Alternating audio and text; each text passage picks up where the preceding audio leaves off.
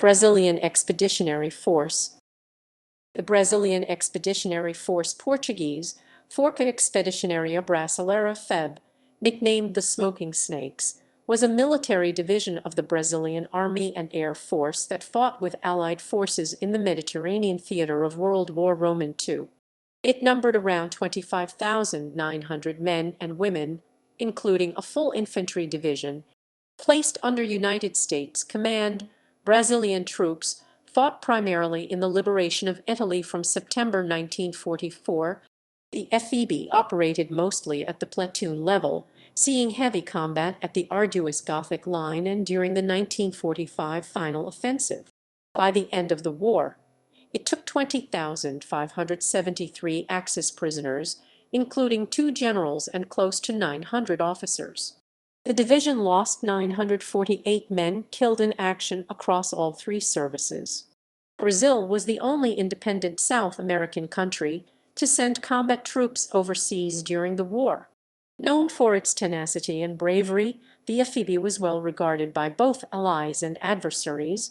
It served with distinction in several battles, most notably at Collecchio, Camaiore, Monte Prano, and Serchio Valley.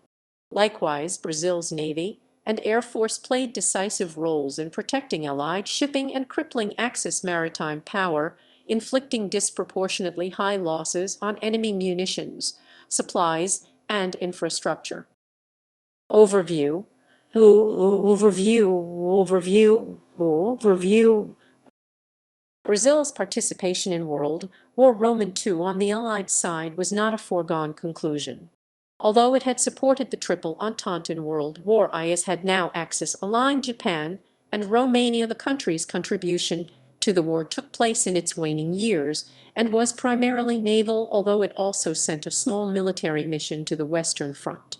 In the years leading up to World War II, Brazil was the biggest non-European consumer of German products and ranked 9th among Germany's trading partners overall.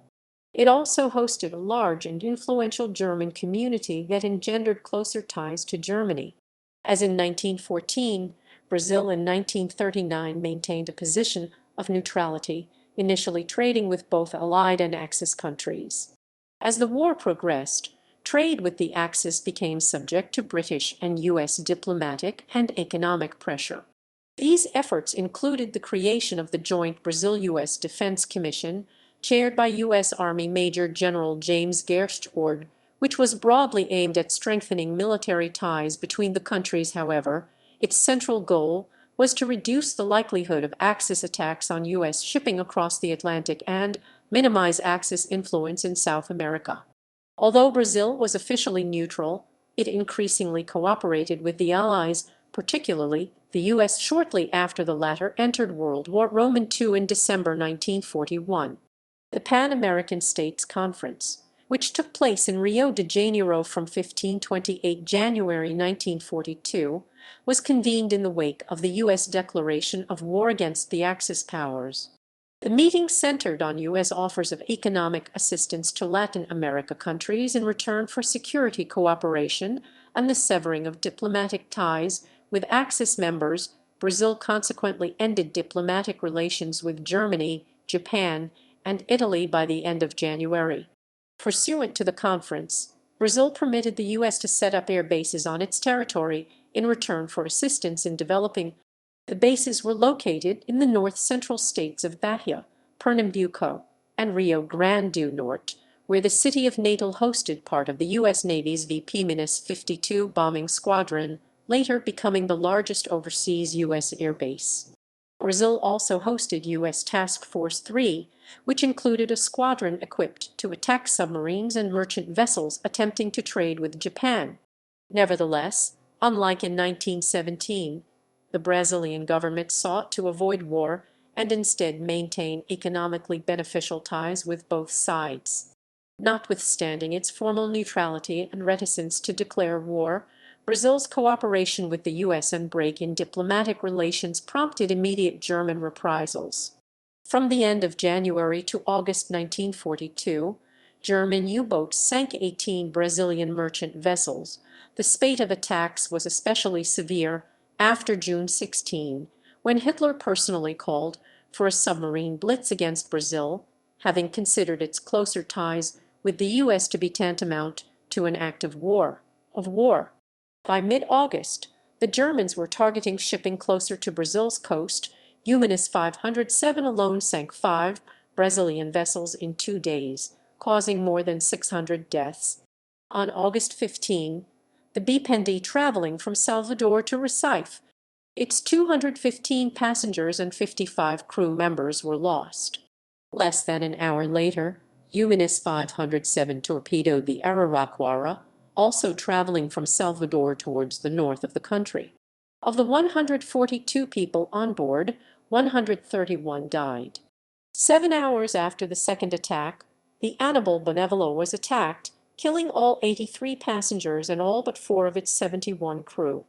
On August 17, close to the city of Vitoria, the Itagiba was hit at 10:45, resulting in 36 deaths.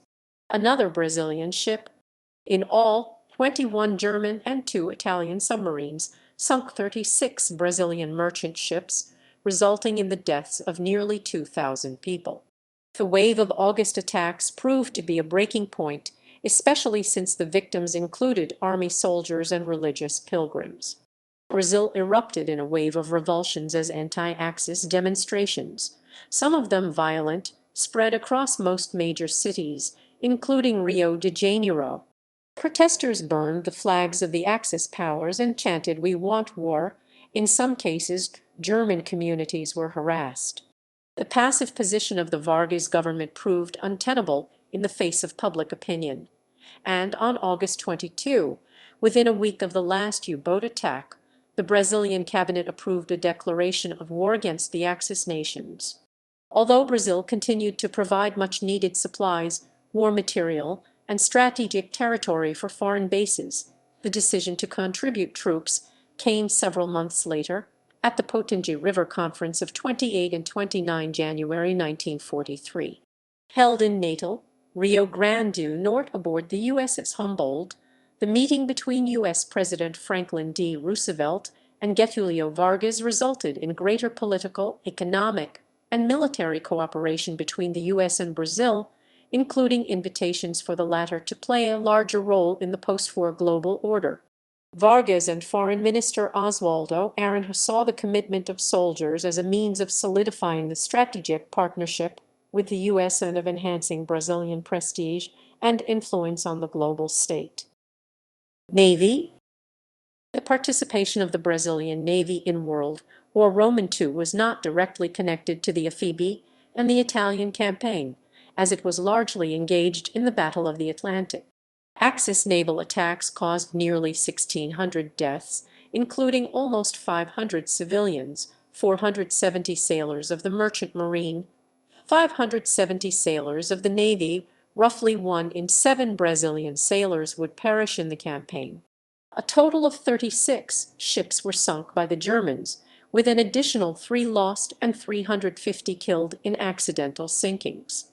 The main task of the Brazilian Navy was, together with the Allies, to ensure the safety of ships sailing between the Central and South Atlantic to Gibraltar.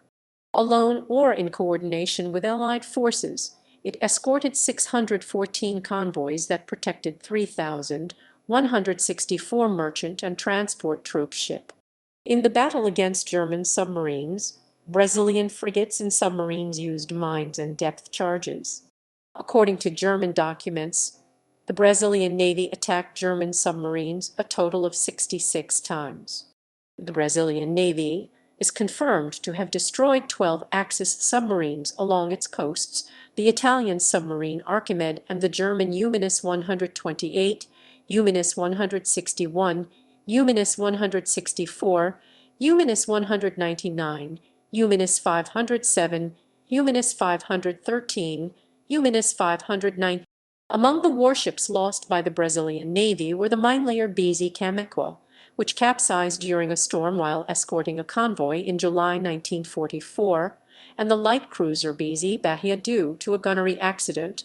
The majority of the latter's crew were lost.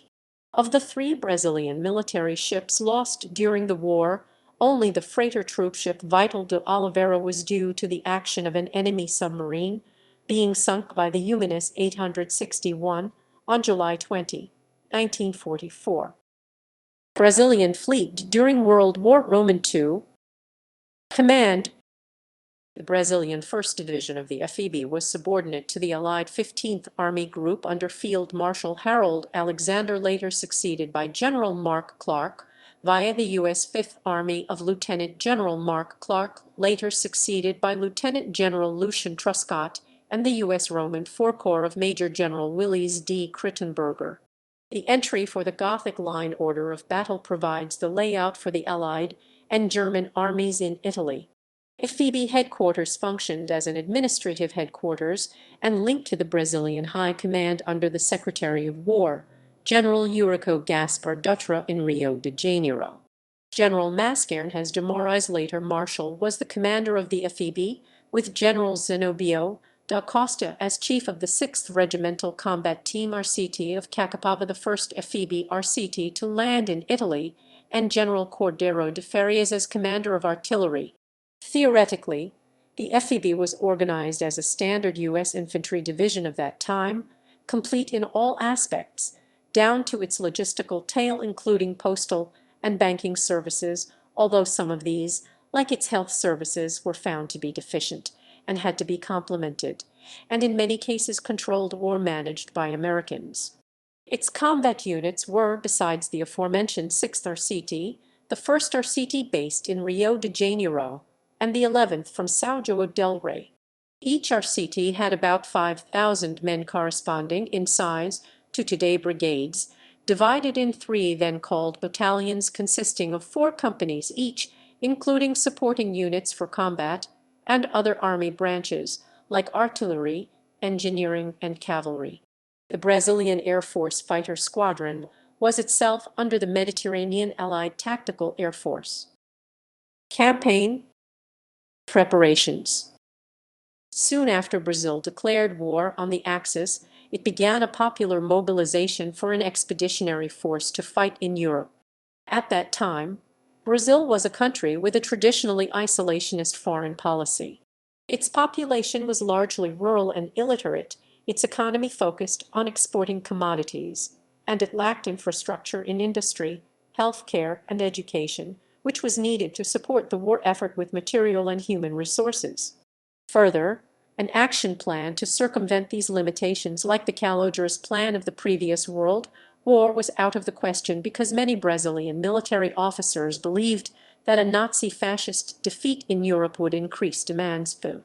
At the time, Brazil had a military regime. It had been openly authoritarian from 1937 and sympathetic to Nazi-fascist regimes until 1941. Brazil was thus precluded from pursuing a line of autonomous action in the conflict, and found it difficult to take even a modest role in it. Faced with the government's passivity and unwillingness, Assis Chateaubriand, a mass media magnate, negotiated with U.S. officials stationed in Brazil for the creation of an expeditionary army division, composed of volunteers from all of Latin America. This division would be financed by him, led by a Brazilian general and trained by American officials. This initiative was curtailed by the Brazilian government in early 1943. Almost 2 years later, Brazil officially entered the war and sent troops to the European theater of operations. For comparison, the gap between the U.S. entrance and Operation Torch was almost 1 year. Several reasons contributed to the delay: political distrust between the Brazilian and American authorities, disagreements over the target size of the Brazilian Expeditionary Force, differences between Brazilian aspirations and American preferences for controlling the force, and disagreements on whether it should be fully trained and armed before boarding or get stationed behind. Arrival in Italy. On July 2, 1944, the first 5,000 FEB soldiers, the 6th RCT, left Brazil for Europe aboard the USS General Mann, reaching Naples, Italy on July 16. Lacking weapons, equipment, and even an arrangement for barracks, they remained on the docks while waiting to join the U.S. Task Force 45 on the dock. The poor planning and subsequent embarrassment aroused controversy in Brazilian media. In late July, two more transports with Brazilian troops reached Italy, with three more following in September and November 1944 and February 1945. One notable unit deployed was Brazil's Mountain Infantry Battalion. The FEB dedicated its first weeks in Italy to acquiring the proper equipment to fight on Italian terrain and to training under American command. The preparation in Brazil, despite the 2 years interval since the declaration of war, had proved almost worthless. Among the veterans of that campaign, there was a consensus that only combat could adequately prepare the soldier, regardless of the quality of training received earlier. In August, the troops moved to Tarquinia, 350 km north of Naples, where Clark's army was based. In November, the FEB joined General Krittenberger's U.S. Roman IV Corps. The Brazilians joined a multinational hodgepodge of soldiers. American forces included the segregated African-American 92nd Infantry Division and the Japanese-American 442nd Infantry Regiment. British forces drew from across the empire, including New Zealand, Canada, India, Nepal, Mandatory Palestine, South Africa, Rhodesia, and various African colonies. Also, under British command were soldiers from occupied countries such as Poland, Greece, and Czechoslovakia, as well as anti-fascist Italians. Free French forces included Senegalese, Moroccans, and Algerians. The Germans made much of the political aspect of Brazil's presence in Italy. Propaganda was targeted specifically at Brazilians in the form of leaflets and a Portuguese language, hour-long daily radio broadcast from Berlin radio called Hora Ori Verde Golden Green Hour. Combat. Air Force. 1st Fighter Squadron. The 1st Fighter Aviation Group 10 GAVCO, 1st Fighter Squadron/10 Grupo de Aviação de Caco was formed on December 18, 1943. Its commanding officer was 10. Cell. Av. Aviation Lieutenant Colonel Nero Mura. The squadron had 350 men, including 48 pilots. It was divided into 4 flights: Red A, Yellow B, Blue C, and Green D. Unlike the FEB Army component, the 10 GAVCA had personnel who were experienced Brazilian Air Force Portuguese, Força Aérea Brasileira, or FEB pilots. One of them was Alberto M. Torres, who commanded the PB-5 Catalina that had sunk U-199, which had been operating off the Brazilian coast. Among the 48 pilots of the Brazilian unit who carried out war missions, there was a total of 22 losses. 5 of the pilots were killed by anti-aircraft fire, 8 had their planes shot down and bailed out over enemy territory, 6 had to give up flying operations on medical orders, and 3 died in flying accidents. The squadron trained for combat at U.S. bases in Panama, where 2010 Av. Aviation 2nd Lieutenant Dante Isidoro Gastaldoni was killed in a training accident. On May 11, 1944, the squadron was declared operational and became active in the air defense of the Panama Canal Zone. On June 22, the 10 GAVCA traveled to the U.S. to convert to the Republic P-47D Thunderbolt. On September 19, 1944, the 10 GAVCA left for Italy, arriving at Livorno on October 6. Since the group arrived at the front with the minimum limit number of pilots for an air group, and there was no prediction of replacement's arrival in a forthcoming future, it was attached as a squadron at the 350th Fighter Group of the USAF, which in turn was part of the 62nd Fighter Wing of the 12th Air Force into the Roman 22 Tactical Air Command. The Brazilian pilots initially flew from 31 October 1944 as individual elements of flights attached to 350th FG squadrons, at first in affiliation flights, and progressively taking part in more dangerous missions. Less than 2 weeks later, on November 11, the Brazilian squadron started its own operations flying from its base at Tarquinia, using its tactical call sign Jamba. Brazilian Air Force stars replaced the white U.S. star in the roundel on the FEB Thunderbolts. The 1OGAVCA started its fighting career as a fighter-bomber unit, its missions being armed reconnaissance and interdiction, in support of the U.S. Fifth Army, to which the amphibious was attached. On April 16, 1945, the U.S. Fifth Army started its offensive along the Po Valley. By then, the strength of the group had fallen to the standard size of an air squadron, 23 pilots, since some had been killed, others shot down and captured, while others had been relieved from their duties on medical grounds due to wounds or combat fatigue. On 22 April 1945, the three remaining flights took off at 5-minute intervals, starting at 8:30 a.m. to destroy bridges, barges, and motorized vehicles in the San Benedetto region. At 10:00 a.m., a flight took off for an armed reconnaissance mission south of Mantua. They destroyed more than 80 German military vehicles, including tanks. By the end of the day, the Brazilian squadron had flown 44 individual missions and destroyed a high number of vehicles and barges. On this day, Brazilians flew the most sorties of the war. Consequently, Brazil commemorates April 22 as Brazilian Fighter Arm Day. The first Brazilian fighter squadron accomplished 445 missions, with a total of 2,546 flights and 5,465 hours of flight on active service.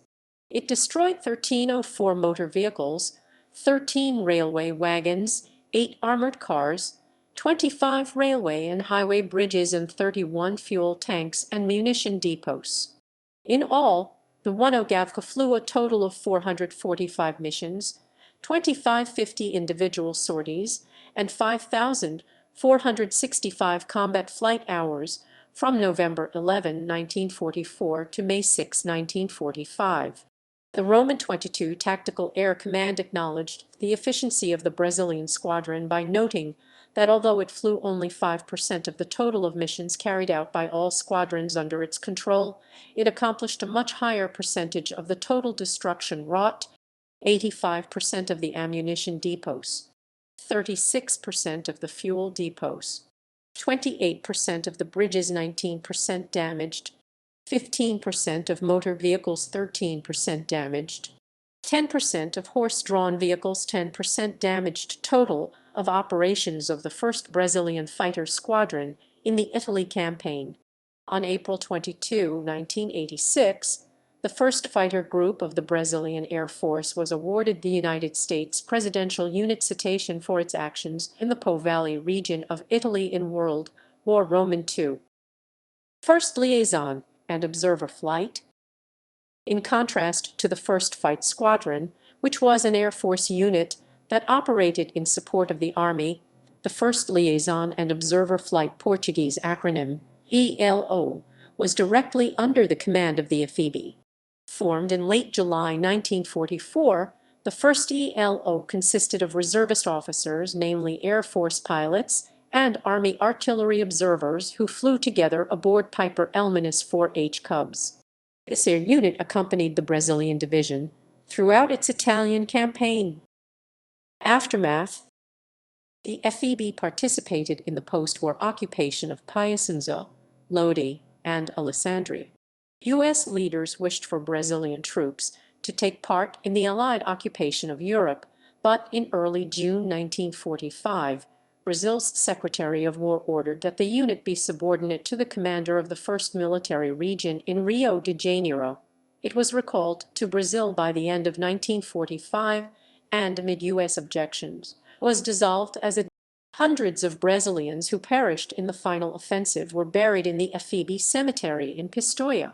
At the urging of Marshal Mascarenhas de Moraes, a new mausoleum was constructed in Rio de Janeiro for all military deaths in the war. In 1960, the cemetery was closed and the remains were officially interred with other Brazilian war dead in the new National Monument to the Dead of World War II. Shortly afterward, a body was found remaining in the former cemetery, and the Brazilian government inaugurated a new tomb of the unknown soldier on the site in 1967. Brazil's participation in World War II was more extensive than in any foreign conflict outside its region. Its main contribution was to the South Atlantic Campaign, which was described by U.S. Rear Admiral Samuel E. Morrison as decisive to Allied victory. However, sending a ground force overseas had more political and social visibility, elevating the country's global stature and evoking national pride. The FEB was one of about 30 Allied military formations, 20 divisions, and 10 brigades on the Italian front at that time. Although it played an important part in the sectors where it operated, Brazil's role was largely tactical, and it never had a major impact on a strategic level. Furthermore, the Italian front became secondary for both sides after the Normandy landings in June 1944 and the invasion of southern France that August. Nevertheless, the FEB was viewed by contemporaries as a largely effective fighting force, which completed all the missions confided to it and compared favorably with the American divisions of the Fourth Corps. Nickname due to the Brazilian regime's unwillingness to get more deeply involved in the Allied war effort. By early 1943, a popular saying was, "It's more likely for a snake to smoke a pipe than for the FEB to go the front and fight." Before the FEB entered combat, the expression, "a cobra vai fumer, the snake will smoke," was often used in Brazil in a context similar to when pigs fly. Soldiers in the division subsequently called themselves cobras fumentes, literally smoking snakes, and wore a shoulder patch depicting a snake smoking a pipe. It was also common for Brazilian soldiers to write on their mortars, "The snake is smoking." After the war, the meaning was reversed, signifying that something will definitively happen, and in a furious and aggressive way. With that second meaning, the use of the expression "a cobra vai fumer" has been retained in Brazilian Portuguese until the present, although few of the younger generations realize the origin of the expression. Footnotes: